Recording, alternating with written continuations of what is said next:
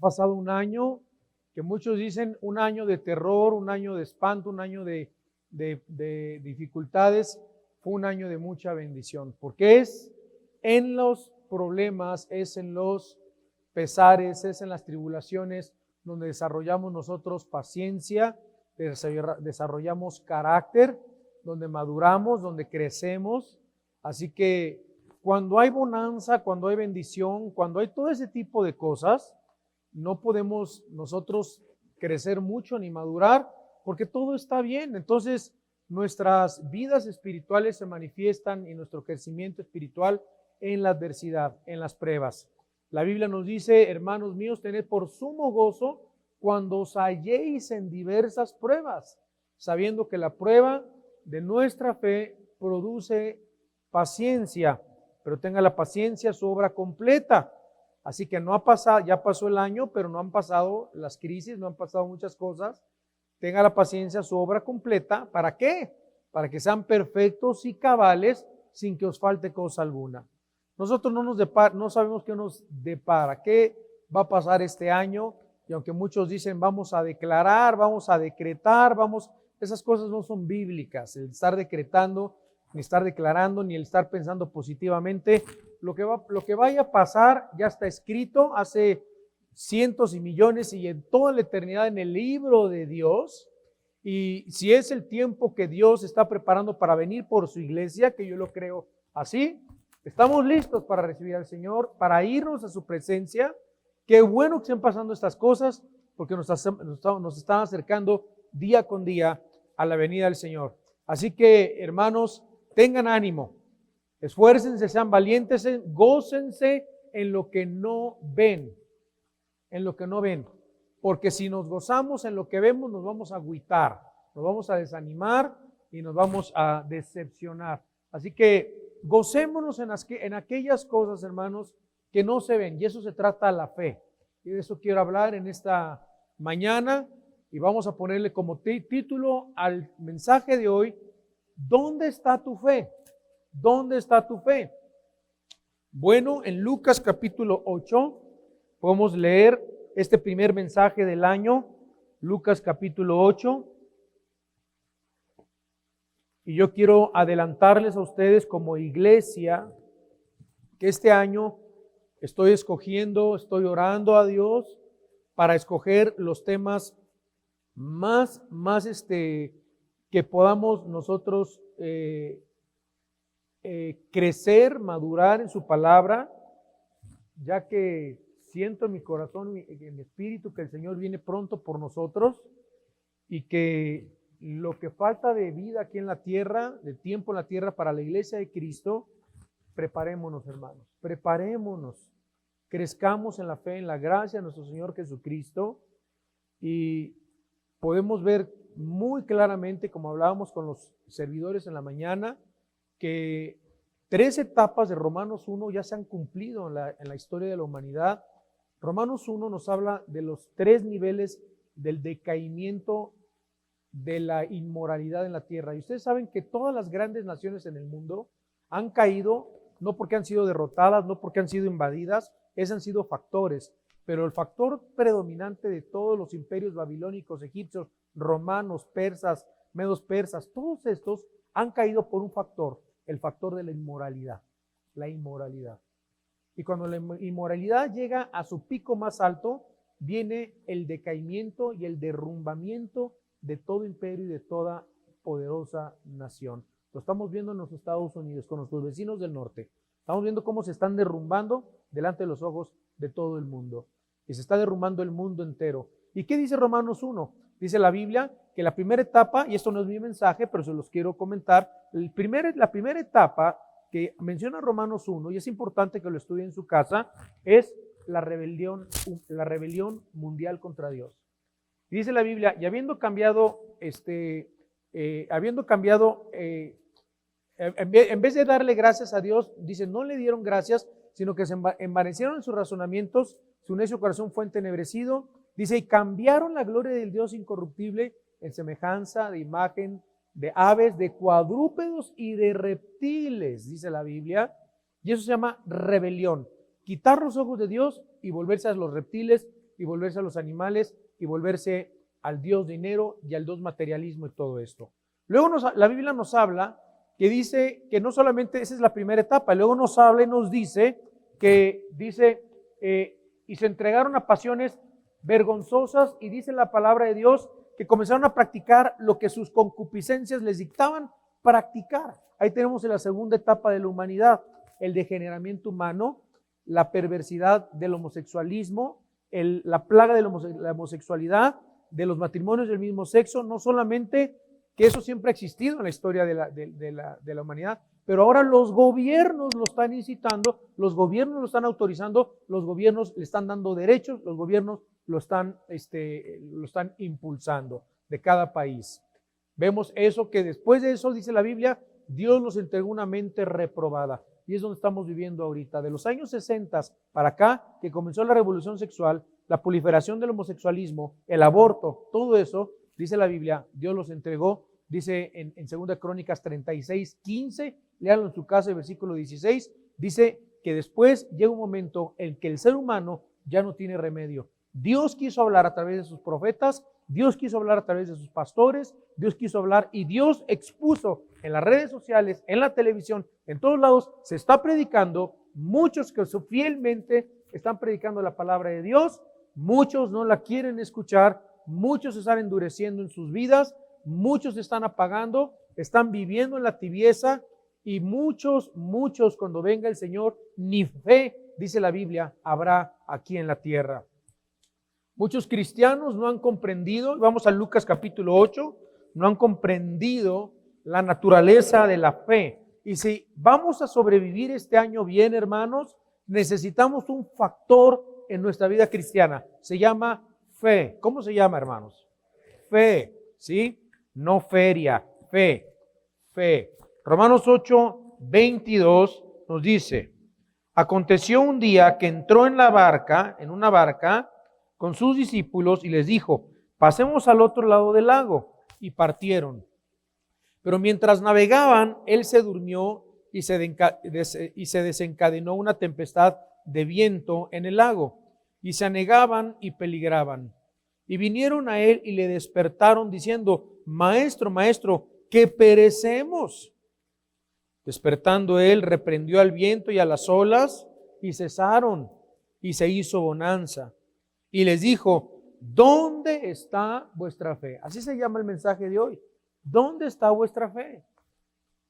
Y atemorizados se maravillaban y se decían unos a otros: ¿quién es este que aún los vientos y las aguas manda y le obedecen? Así que tome nota y por favor entienda, abra bien sus oídos y entienda el mensaje de esta mañana. Muchos cristianos no han comprendido la naturaleza de la fe. De hecho, ya muchos deben de tener un antecedente de esto, porque he mandado 4 devocionales a los chats de la iglesia y en mis redes sociales de este tema: ¿dónde está tu fe? Y los que están leyendo los devocionales que yo les envío, y los que no están en el chat de la iglesia, se pueden inscribir con mucho gusto y todos los días les enviamos estos estudios. Van a entender lo que estoy hablando. Así que muchos cristianos, repito por tercera vez, no han comprendido todavía la naturaleza de la fe. Ponga atención. La primera pregunta es: ¿se puede ser cristiano sin comprender la naturaleza de la fe? ¿Se puede ser cristiano sin comprender la naturaleza de la fe? La respuesta es sí. Porque lo que hace un cristiano es el regalo de la fe, no la comprensión de la fe. Lo voy a explicar. Dios nos da la fe, la salvación, como un regalo no merecido. ¿De acuerdo? Ok. A través de la persona del Espíritu Santo. En el momento de nuestra salvación, y por consiguiente, podemos nosotros creer en Jesucristo para nuestra salvación. Sin embargo, esto no significa que hemos comprendido totalmente la naturaleza de la fe. Así que, lo resumo así. Venimos a Cristo por fe. Nacemos de nuevo por fe. pero la fe la comenzamos a estudiar, comprender y a vivirla una vez que hemos nacido de nuevo, no antes. Por lo que es nuestra y debe ser en nuestra experiencia diaria, podemos nosotros a vivir y a caminar por medio de la fe. Debemos aprender a distinguir entre el don de la fe, son dos palabras distintas, hermanos, el don de la fe y el caminar por fe. El don de la fe y el caminar por fe. Así que venimos a Cristo por fe. Sin fe es imposible agradar a Dios, dice la Biblia.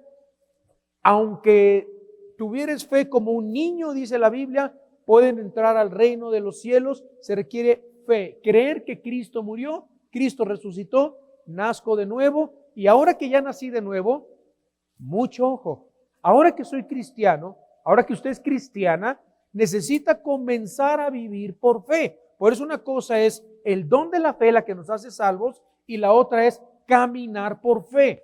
Hay muchos cristianos hoy en día en esta pandemia mundial y en estas crisis y en todo lo que está viviendo, vemos que hay mucho temor, hay mucho miedo, pero hay cristianos que tienen mucho miedo. Y esto no es caminar por fe. Dios nos echa a andar en nuestra vida cristiana. Nosotros somos salvos por medio de la fe. Dios nos hace sus hijos, pero de ahí en adelante nosotros tenemos que comenzar a entender y a caminar por fe, vivir por fe. La Biblia nos dice en Romanos capítulo 1, mas el justo por la fe vivirá, por la fe vivirá. Vamos a analizar entonces algunas lecciones muy importantes acerca de la naturaleza de la fe en esta enseñanza del Señor Jesucristo. En primer lugar, vamos a ver la exhortación de Jesús. Número 1, la exhortación de Jesús. Y como número 1 también les exhorta, y en Lucas 8:22 les dice, ¿dónde está vuestra fe? Les exhorta por encontrarse en un estado de alarma. ¿Cómo se encontraban los discípulos cuando Cristo aparece y se despierta? Cuando los despiertan. ¿Cómo se encontraban los discípulos? ¿Cómo? Asustados. Vean lo que dice la Biblia. Dice, pero mientras navegaban, versículo 23, se durmió, se desencadenó una tempestad.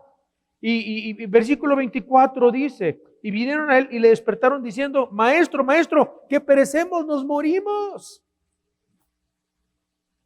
Y él reprendió, ¿verdad? Entonces, ¿cómo estaban? Con miedo, con temor, con ansiedad. Y estaban, ¿miedo de qué? ¿De qué tenían miedo? De perder su vida. ¿Acaso un cristiano puede decirse cristiano y tenerle miedo a la muerte? Pues sí lo hay, pero no debería. Por eso escogí este mensaje. ¿Puede un cristiano tener miedo a enfermarse de un virus? No podemos vivir con miedo, hermanos. Ya despídanse en el 2021 del miedo, del temor, del terror.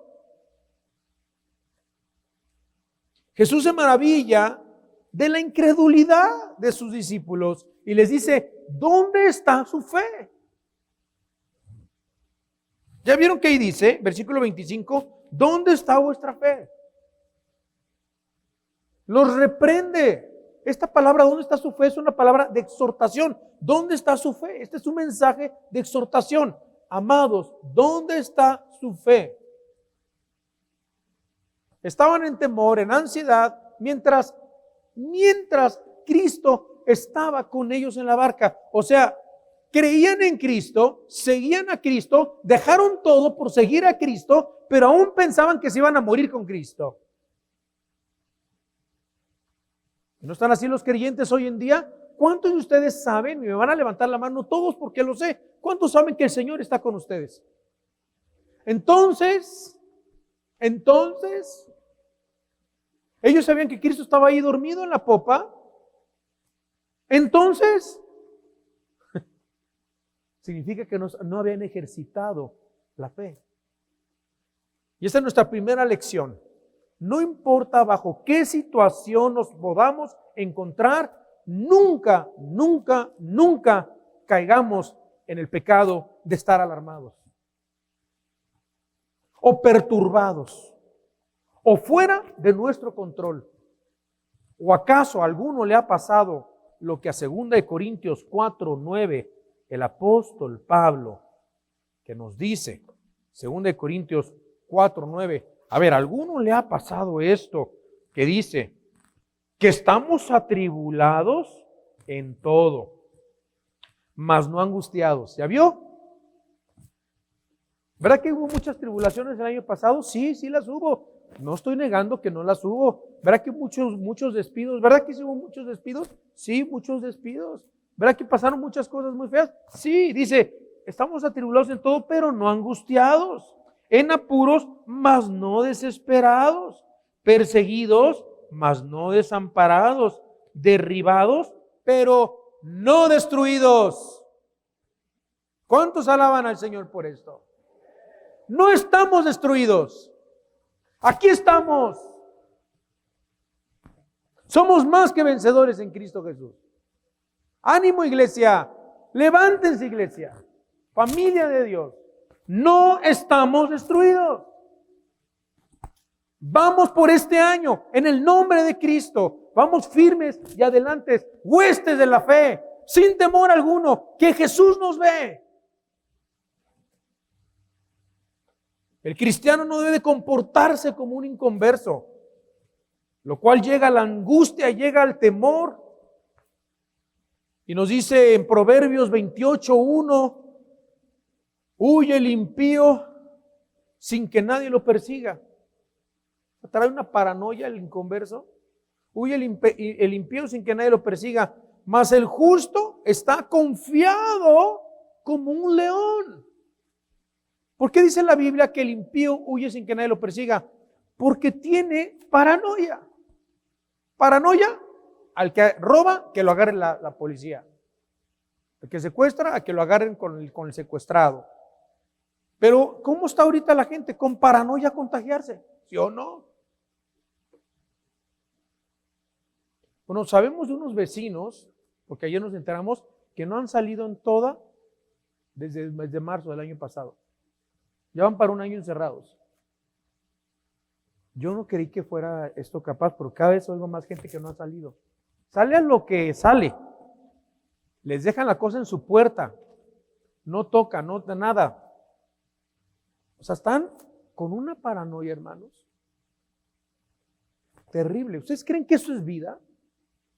¿Ustedes creen que Dios nos manda a vivir así? ¿Con miedo, con terror? El justo, dice la Biblia, está confiado como un león. ¿Usted ha visto un león? Esos videos de National Geographic.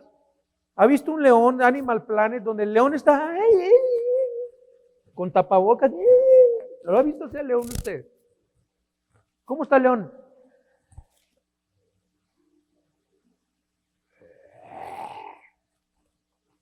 Impone su mirada. Se mueve, impone, donde llega se van todos, está con una confianza, dice la Biblia, que usted es como un león y yo también. Confiados como un león, dice la palabra. El cristiano nunca debe permitir que sus sentimientos o emociones los lleguen a dominar. Salmo 27, versículo 1 nos dice, Jehová es mi luz y mi salvación, ¿de quién temeré? Jehová es mi luz y mi fortaleza, ¿de quién he de atemorizarme? Salmo 46, versículo 1 y 2. Salmo 46, 1 y 2.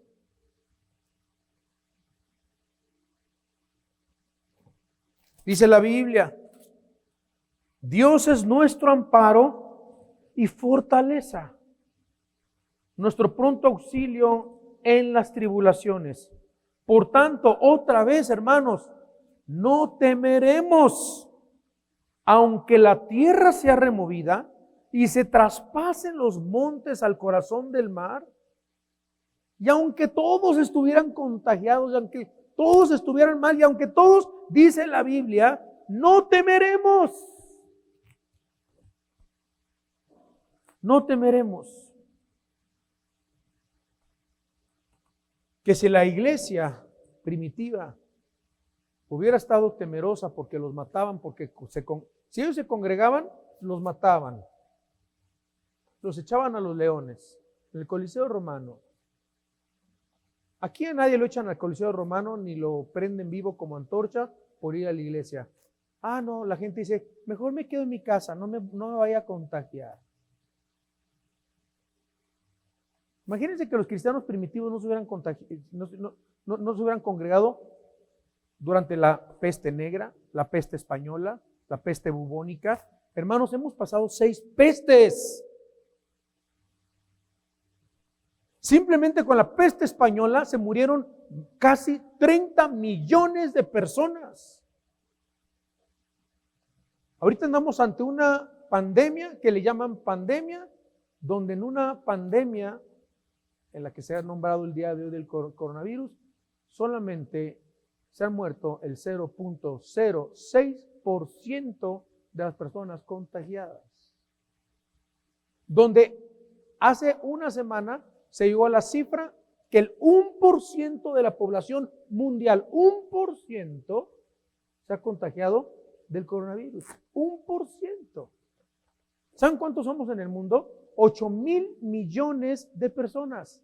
1%, ¿cuánto es? Alguien dígame, 1%, ¿cuánto es? El 1% serían 8 millones. De 8,000 millones, no menos, de 8,000 millones de personas en la tierra. Donde el índice de vivir y sobrevivir es del 99.99%. Y así aún así hay temor y hay miedo.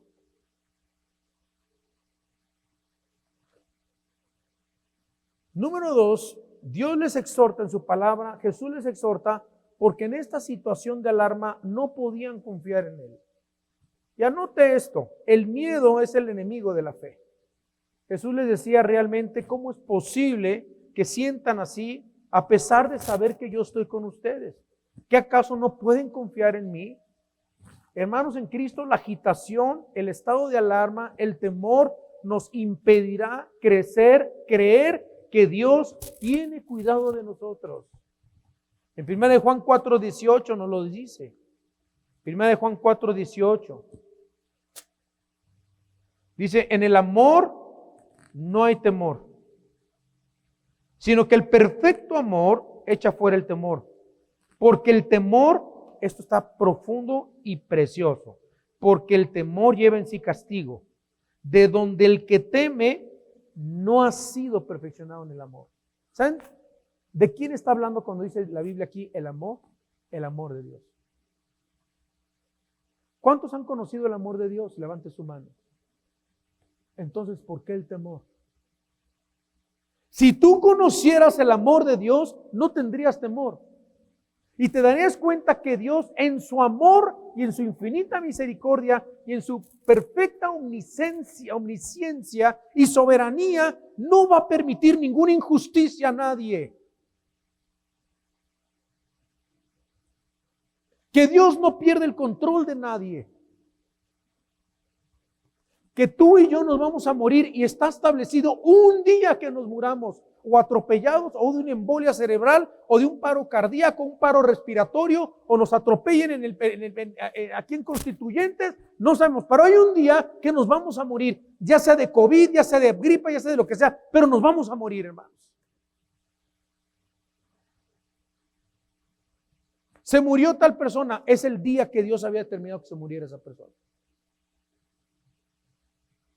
No puede llegar un ángel y decirle, Dios se murió. Ah, ¿por qué no me dijeron antes? No sabía, se murió y aquí está ya, en el cielo con nosotros. El perfecto amor, hermanos, en la fe, el perfecto amor echa fuera el temor. Si tú comienzas a enamorarte de Dios y de su palabra y sus mandamientos, dejarás de vivir una vida pecaminosa de miedo. Vivir en miedo es vivir en pecado. Así se los pongo. Vivir con miedo es vivir en pecado. ¿Dónde está nuestra confianza en Dios? Hace unos días asaltaron la casa de al lado de nosotros, la de Jalti, junto a nosotros. Le robaron sus cosas. Se metieron y le robaron sus cosas. Yo he vivido en casas donde han asaltado, se han metido en la de allá, la de allá, la de allá, la de acá. Y le digo, Señor, yo estoy listo que se metan a mi casa también. Digo, no estoy listo, pero sí estoy listo, ¿no? No quisiera que pasara. Pero le digo, Señor, todo lo que está aquí en esta casa, lo poco que tenemos es tuyo. Tú nos lo has dado. Y siempre Dios nos ha cuidado. ¿Verdad, amor? Siempre Dios nos ha cuidado, nos ha guardado. Y les han pasado cosas a otras personas, pero sabemos que un día nos va a tocar también, hermanos. Ya nuestros hijos se enfermaron de esta enfermedad también, del COVID, y varios familiares y amigos, y miren, por lo menos yo conozco unos 80, 90 que se han contagiado. Como pastor conozco mucha gente. Hasta ahorita ninguno de los que yo he conocido ha fallecido, ni uno. He oído que un amigo de un primo, de un primo de un amigo, y eso sí, pero que yo conozca ninguno. Gracias a Dios. Se han levantado y Dios los ha restaurado y los ha fortalecido, etcétera. Y ayer tuvimos una reunión con todos los vecinos y vecinos, vamos a echarnos la mano, vamos a echarnos el ojo. Y me preguntan, ¿y usted a qué se dedica? Le digo, soy pastor. Y todos, ¿cristianos? Sí, cristianos. Y leemos la Biblia. Ay, pues vamos, dice una vecina, vamos a tener más protección porque hay ángeles, ¿verdad? Me dio risa cuando dijo esto la vecina. Vamos a estar más protegidos. Dije, no, sí hay ángeles, ¿verdad? Que nos guardan y nos protegen, ¿verdad? Pero no podemos vivir en temor, no podemos estar viviendo así. Así que el miedo es enemigo de la fe, el perfecto amor echa fuera el temor. Vamos a ver número 2, principios de la fe. Apunten, principios de la fe. Saquemos de esta lección algunos principios acerca de la naturaleza de la fe. Número 1, primer principio de la fe tiene que ser probada. ¿Tienes fe en Cristo? ¿Cuántos creen en Cristo? Han nacido de nuevo. ¿Tienen fe en Cristo? Su fe va a ser probada. Mi fe va a ser probada constantemente. Y vamos a sacar algunos de estos principios, lecciones bien importantes. La Biblia nos habla constantemente que nuestra fe, por ser tan preciosa, la Biblia dice que es más preciosa que el oro, y por ser la principal prueba de que somos cristianos, o sea, lo único que demuestra que una persona es cristiana son las pruebas. Nada más. Porque cuando algunos vienen las pruebas y las dificultades, ya no viene a la iglesia, ya no se congrega. ¿Pero por qué no se congrega? Pues se acuerda que se murió su primo, su mamá, se murió su papá, se dejó de congregar, se amargó contra Dios, se resintió, no pasó la prueba. No era salvo quizá. Pero el cristiano, mira, ahí sigue. Todo lo que es nacido de Dios, dice la Biblia, vence al mundo. Y esta es la victoria que ha vencido nuestra fe. Veamos lo que dice Marcos 4:16. Marcos 4:16. Y luego vamos a ver primera de Pedro. Marcos 4:16 nos habla de cuando la semilla cae en una mala tierra y vienen los afanes y viene todo esto y es robada la semilla. Dice, estos son asimismo los que fueron sembrados en pedregales, los que cuando han oído, escuchen hermanos, los que han oído la palabra, al momento la reciben con gozo. Les quiero hacer una pregunta. ¿Cuánto les gusta escuchar la palabra de Dios? Levanten la mano. La escuchamos con gozo, ¿verdad? Dice, pero versículo 17, vean la diferencia, pero no tienen raíz en sí, sino que son de corta duración, porque cuando viene la tribulación o la persecución por causa de la palabra, ¿qué les pasa? Tropiezan, hermanos. Ay, me encanta ir a la iglesia, me encanta escuchar la palabra, me encanta escuchar al pastor, me encanta, me gusta mucho, pero cuando vienen las pruebas, tropiezan. A la primera de cambio se van. O a la segunda o a la tercera de cambio, de 3 cambios se van. Vean lo que dice 1 de Pedro 1. 1 de Pedro 1. Versículo 6.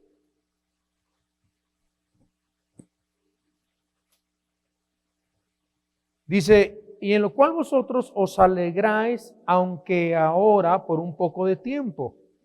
Si es necesario, tengáis que ser afligidos en diversas pruebas, para que sometida a prueba vuestra fe, mucho más preciosa que el oro, el cual, aunque perecedero, se prueba con fuego, sea hallada en alabanza, gloria y honra cuando sea manifestado Jesucristo. Así que Dios permitirá muchas veces que vengan a nuestra vida tormentas y vientos diversos de adversidad para darnos la oportunidad de que podamos nosotros ejercitar nuestra fe y descubrir que nosotros podemos tener paz en medio de la tormenta. En todos nuestros momentos difíciles debemos recordar que Él no está dormido, hermanos. No repitamos lo que los discípulos dijeron, maestro, maestro, que perecemos. No nos encontremos ante tal incredulidad que pensemos que literalmente el Señor no se preocupa por nosotros y no está cuidando por nosotros. Cuando Jesús les preguntó, ¿dónde está vuestra fe? No les estaba diciendo que no tenían fe, sino que ¿dónde estaba su fe? O sea que los discípulos, aunque tenían fe, no la estaban usando. Y esto nos da la clave para entender la naturaleza de la fe. Qué interesante. Tenían fe, pero ¿dónde estaba su fe? Y saben que yo creo que todos aquí tienen fe. Tienen fe. Pero la pregunta es, ¿están usando su fe? Yo sé que tienen fe. Pero la están usando. Vamos a ver número 2. No solamente la fe tiene que ser probada. 2, la fe no depende de nuestras emociones o sentimientos. La fe no depende de nuestras emociones o sentimientos. Las emociones y los sentimientos de los discípulos ante la tormenta, como estaban muy perturbados, y por esta razón no confiaban ellos en Dios, ¿verdad?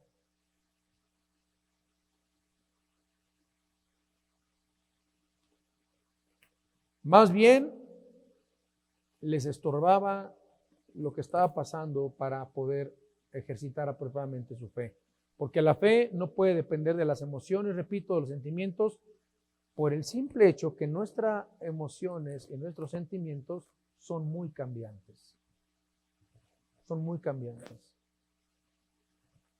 Así que la fe involucra la totalidad del individuo, nuestra mente, nuestro intelecto, nuestra voluntad y entendimiento, no solamente el entendimiento o las emociones. La fe es una respuesta a la verdad de lo que nosotros estamos enfrentando en esta vida.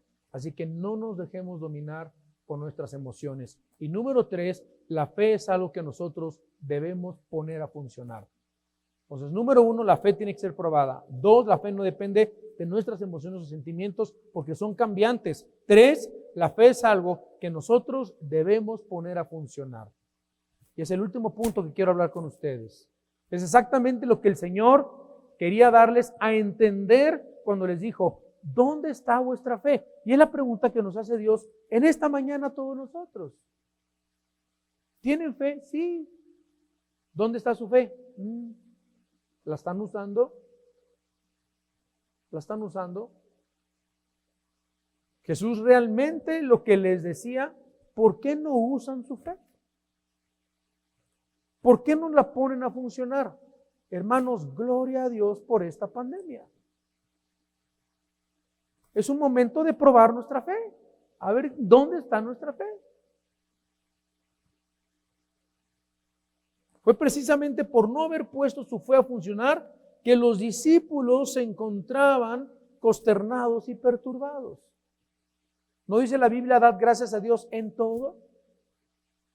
Yo no le doy gracias a Dios de que esté muriendo gente. Yo no le doy gracias a Dios por eso. Yo no le doy gracias a Dios de que mucha gente se ha contagiado. Y eso, yo no le doy gracias a Dios. Debemos de entender la naturaleza de la fe, hermanos.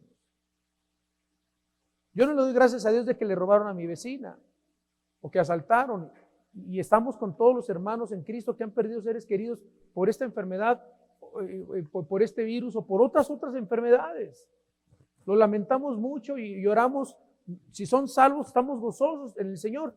Lamentamos el momento de sufrimiento, de dolor, de tristeza que están atravesando muchos de ustedes. Tenemos compasión, somos hermanos en la fe, somos humanos, tenemos sentimientos. Pero nos gozamos en medio de todo esto de saber que Dios está con nosotros. No por, sino en. No damos a Dios gracias porque se enfermó. Nos damos gracias que en medio de la enfermedad el Señor está con nosotros. No nos ha dejado y nos dice, ¿dónde está su fe? Si se enferma uno de mis hijos, yo no le digo, ay Señor, gracias porque se enfermó. No le digo, Señor, gracias porque en su enfermedad tú vas a obrar, tú vas a trabajar en él, tú lo vas a madurar, tú lo vas a limpiar, lo vas a levantar o no lo vas a levantar, no lo sé, pero yo te doy gracias porque en medio de esta enfermedad te vas a manifestar en gloria en nuestras vidas. Algo bueno viene, algo bueno va a pasar de todo esto. Y si tiene que pasar todo esto para que el Señor nos arrebate en los cielos, ¿no le dan gracias a Dios ustedes por esto? Gloria a Dios. Qué bueno que está pasando ahorita. Tenía que pasar tarde o temprano. Nos tocó a nosotros. Nos tocó a nosotros. Ya ven que no vino Navidad, Jesús, como les decía. No que yo haya dicho que iba a venir Navidad, nunca he dicho eso. Yo les dije, qué bonito sería que Cristo viniera Navidad, qué bonito regalo sería. Ahora queda Reyes, a ver qué. Y si no en Semana Santa, y si no en el verano, ¿verdad? Pero que el Señor pueda venir por una iglesia preparada, porque el día y la hora nadie la sabe, más que el Padre que está en los cielos. Y cuidado con aquellos que andan diciendo que viene en noviembre, que viene en junio, que viene y que se van a alinear los planetas y que va a ser un eclipse, que no crean esas barbaridades. Solo el Padre sabe cuándo viene su Hijo, nada más. Y acuérdense que faltan 2 venidas del Hijo. La primera venida viene por sus santos en las nubes, por su iglesia. En la segunda venida viene con sus santos en las nubes. ¿Cómo? El próximo acontecimiento, y lo vamos a hablar en este año, voy a hablarles del arrebatamiento. ¿Quieren que hablemos del arrebatamiento? Imagino que sí. Hay mucho deseo en el pueblo de Dios de conocer estos temas y yo me he propuesto preparar unos temas para esta iglesia, para todos los que nos ven, del arrebatamiento. O sea, vamos a hablar de escatología en este año. Vamos a tomar un libro de la Biblia, vamos a estudiar un libro de la Biblia versículo por versículo también este año en nuestras predicaciones, como también vamos a aprender mayordomía en la iglesia, cómo administrar las cosas que Dios nos da y ser buenos administradores de todo lo que Dios nos da, ¿verdad? Entonces, el Señor viene, el próximo evento que falta por cumplirse en la Biblia es el arrebatamiento de la iglesia, donde la Biblia nos dice que en un abrir y cerrar de ojos, ¿se acuerdan que hablábamos de eso, del abrir y cerrar de ojos? Donde vamos a desaparecer y se manifiesta el hombre de perdición, el anticristo, es 1 Tesalonicenses 1, 1 Tesalonicenses 4, Juan capítulo 14, versículo del 1 al 3, Apocalipsis capítulo 3, en lo que es el arrebatamiento de la iglesia. Bien, vamos a desaparecer. Cuando desaparezca la iglesia, comienza la época de lo que la Biblia llama el período de la tribulación, 3 años y medio. Abominación desoladora en medio de la tribulación, empieza la gran tribulación, en total son 7 años, cumpliéndose la semana 70 de Daniel, que son 70 semanas de años, no de días, ¿sí? Estamos en el cumplimiento. ¿Cómo se ve esto? Ezequiel capítulo 36, capítulo 38, que cuando Israel volviera a ser una nación independiente y soberana, esa generación sería la última que viviría en la tierra. ¿Cuándo comenzó a ser Israel una nación independiente y soberana? 1948. Entonces, de 1948 para acá estamos viviendo los últimos tiempos, hermanos. Tan profético y tan clara es la palabra de Dios, es asombrosa. Entonces, Cristo viene, se aparece en las nubes somos arrebatados, nos vamos con Cristo en las nubes y ¡pum! Y de ahí nos vamos al cielo. Y cuando acabe la gran tribulación, el anticristo y todo esto acabe, Cristo vuelve a descender en un caballo blanco y nosotros con él. Puros caballos así, mira, pura sangre, hermanos. Bajando de las nubes para establecer el reino milenial de Cristo aquí en la tierra, en lo que se llama la Nueva Jerusalén. Jerusalén, Apocalipsis 21. Léanlo en sus casas. Así que me apasiona este tema, ¿verdad? Pero no es el tema de hoy. Pero esto también nos llena de fe y nos llena de esperanza y de saber, hermanos, de que viene lo mejor. Estamos viviendo la época más asombrosa, más emocionante de la historia de la iglesia y de la humanidad. Nos tocó a nosotros vivirla. Gloria a Dios por eso. Así que, ¿qué significa que debemos de poner a funcionar nuestra fe y cómo lo podemos hacer? Significa que cuando nos encontremos en alguna situación aparentemente difícil como la pandemia o desesperante, rehusemos ser controlados por la situación que estamos viviendo. No te dejes controlar por la situación y no le hagas caso a todo lo que dicen en la televisión, por favor. Sabemos que tenemos que entrar con esto, sí, porque si no, no entras a ciertos establecimientos. Pero en tu casa, al aire, quítate eso, hermano. Respira aire. Dios nos dio el aire para respirar. Sal al sol, camina. Hay enfermos que se encierran en sus cuartos. Les digo, no salgan a caminar, tomen el aire, respiren, porque la depresión y el temor te enferman más. Están encerrados viendo televisión en tu casa todo el día, en tu cuarto. Hay unos que los han encerrado literalmente 15 días sin salir y les pasan por abajo su plato. Sal a caminar, sal a tomar aire, sal a respirar. Es parte del ejercicio. Todo esto de poco a poco irnos levantando, irnos sanando, irnos restaurando, irnos fortaleciendo los pulmones, la respiración, todo esto.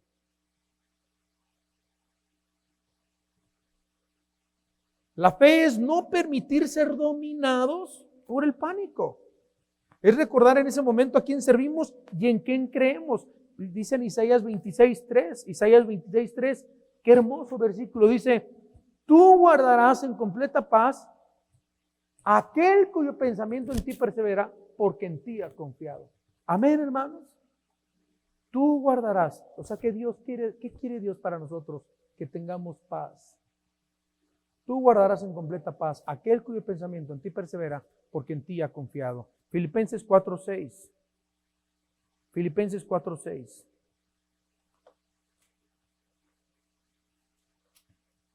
Por nada estéis afanosos. Esa palabra es preocupados. Vean cómo dice la Biblia. ¿Por qué? Por nada. ¿Por COVID hay que estar preocupados? ¿Sí o no? No. Por nada estéis afanosos. ¿Por la economía hay que estar preocupados? Bueno, aquí la Biblia dice, mi Biblia dice por nada. Por nada estéis afanosos, sino sean conocidas vuestras peticiones delante de Dios en toda oración y ruego, con acción de gracias, y como consecuencia, y la paz de Dios, no antes ni después, y la paz de Dios, que sobrepasa todo entendimiento, guardará vuestros corazones y vuestros pensamientos en Cristo Jesús. Así que, hermanos, meditar en la Biblia es el mejor antídoto contra la ansiedad. Así que, y la paz de Dios, el eirene en griego, guardará, que su paz, todo entendimiento, guardará, esa palabra guardará es centinela, vuestros corazones, como un centinela, pero por nada estéis afanosos, por nada estén preocupados. Hermanos, más bien estén ocupados. Ocúpense de su fe, ocúpense del Señor, ocúpense de la palabra, acérquense a Dios, lean la Biblia, lean la Biblia, lean la Biblia, lean la Biblia. Si tú te sentabas una hora a ver noticias, ahora lee la Biblia una hora. Cambia muchos de tus hábitos por leer la Biblia, por meditar en la Biblia, por escudriñar la Biblia. Acostúmbrense a leer Biblia, a leer la palabra, a orar, hermanos, a confiar en Dios. Esto es lo que dice el mundo. Esto es lo que dice la palabra. Oremos. Damos gracias, Dios, en esta preciosa tarde en la que podemos confiar en ti, Señor. Podemos confiar, de acuerdo a lo que hemos aprendido el día de hoy, que por qué debemos encontrarnos en un estado de alarma cuando podemos confiar en ti.